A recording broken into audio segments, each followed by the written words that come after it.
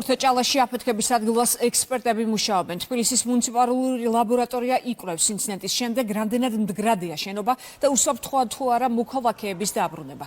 ადგილზე იმყოფებოდა კრწანისის გამგებელიც. ყველაზე მეტად დაზიანებულია მესამე და მეოთხე სართულები. რაც შეეხება დაზარალებულებს. კლინიკაში ახლა 1 ადამიანი რჩება. აფეთქებას ორთაჭალაში მდებარე დევნილთა დასახლებაში ღამით 1 ადამიანი ემსხვერპლა დაშავდა 3 მათ შორის არასრულწლოვანი. ბოლო ინფორმაციით შემთხვევის ადგილიდან ნანა გოგატაძე ჩაგორთება ნანა ეთერში ხარ.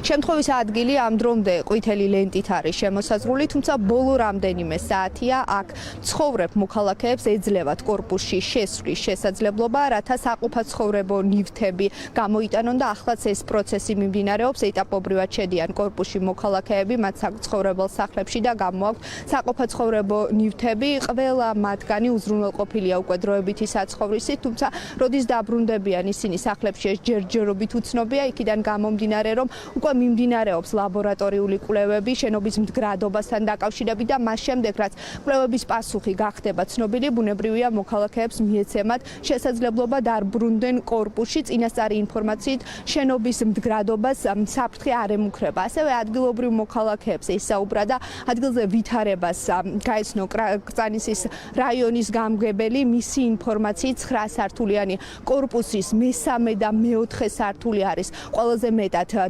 დაზიანებულია კარები, ფანჯრები, ასევე ლიფტი. ადგილზე იმყოფებოდა აფხაზეთის ავტონომიური რესპუბლიკის იძულებით გადაადგილებულ პირთა მინისტრი, რომელიც დევნილ მოქალაქეებს შეხვდა. მან განაცხადა, რომ პარალელურ რეჟიმში მიმდინარეობს ზარალის დაცვა და ბუნებრივია მიყენებული ზარალი მოქალაქეებს აუნაზღაურდებათ. საშინელი აფეთქება იყო, საშინელი და როგორ გადავჭით არ ვიცი. ჭეცხალობით პირველი 10 წუთი იქნებოდა მეტია. დანგრეულია ყველაფერი, ლიფტიდან დაწყებული ყველაფერი დანგრეულია. ერთია გადაცვლილი და 3-ია თუ 4-ია. და არაუშავთ იმათი. ის გარდაიცვალა იმის სახლში მოხდა აფეთქება. ასე ვიცით, არ ვიცით, ასე თქვენ. მომწუხარებას გამოთქო გარდაცვლილი ადამიანის გამო და უსამძიმებლებს მის ოჯახს. მეორე ის რომ მოხდა ცუდი ფაქტი ძალიან მთლიანად მთელი სართული დანგრეულია გაზის გაჟონვის სავარაუდოდ გაზის გაჟონვის გამო ამას შესაბამისი ორგანოები დაადგენენ. რაც შეეხება მერიის და გამგეობის აქტივობებს, ჩვენ გუშინ ღამით ყველა მოსახლე ვისაც საჭიროება ქონდა გავასახლეთ და გავიყვანეთ სასტუმროებში და იმდენი ხანი გვეყოლება, რამდენი საჭირო იქნება. არის კარებები დანგრეული, არის ფანჯრები. მესამე მეოთხე სართულს უფრო სხვადასხვანაირი მიდგომა ჭირდება, თუმცა ჩვენ ვეცდებით, რომ რაც შეიძლება მალე შევუშვათ ადამიანები შიგნით. იქ ლიფტის პრობლემა არის წყალკანალიზაციის პრობლემა და ყველა კონტრაქტორები ადგილზე ყავს და გვინდა რომ სწრაფად დავიწყოთ სამუშაოები. პირველადი ინფორმაციით და თვითონ შენობის მდგრადობას საფრთხე არ ემუქრება, თუმცა არის ფრაგმენტები, ელემენტები, რომელიც დასამუშავებელია და ამას ყველას გავითვალისწინებთ. პირველ რიგში მინდა სამძიმარე გამოუცხადო დაღუპულის ოჯახს, დაზარალებულებს, განსაკუთრებით მადლობა უნდა უთხრა გამგეობას, რომელმაც ევაკუაცია მოახდინა მოქალაქეების, რაც შეეხება შენობის მდგრადობას და სივრცეს, ძალიან მძიმე მდგომარეობაშია. მდგრადობასთან დაკავშირებით ექსპერტების დასკვნა ალბათ ცალკე იქნება მომზადებული, თუმცა როგორც ვიცით, რომ არაფერი საგანგებო არ არის მდგრადობის კუთხით, თუმცა სართული მთლიანად დაზიანებულია. აფხაზეთის მთავრობა უზრუნველყოფს დაზარალებული გარდაცვლის ოჯახის გარდაცვალებასთან დაკავშირებულ ხარჯებს. ჩვენი მხრივ დევნილთა სამინისტრო თითქმის ყველას დავეხმარებით, ალბათ ერთჯერად დახმარებით.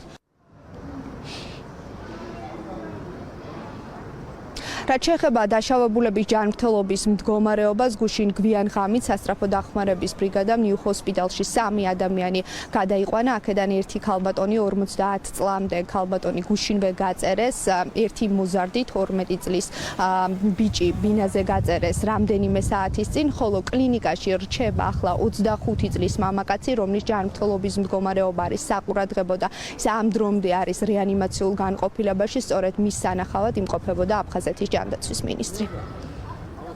საკმაოდ მცირე დაზიანებებია, როგორც თავის ქალის ნაწილში, ასევე სხეულის სხვადასხვა დაზიანებები აქვს. დანარჩენი ყველა პაციენტი, რომელიც მოხვედრილი იყო კლინიკაში, ამჟამად გაწერილია და ყველა ჯანმრთელობის კუთხით დამაკმაყოფილებელი მდგომარეობა აქვს. აფხაზეთის მთავრობაში გუშინვე შეიქმნა სამუშაო ჯგუფი, რომელიც მუშაობს აღნიშნულ საკითხებზე. დააკეთებს ყველაფერს იმისთვის, რომ დაზარალებულებმა მიიღონ მაქსიმალურად ყველანაირი დახმარება.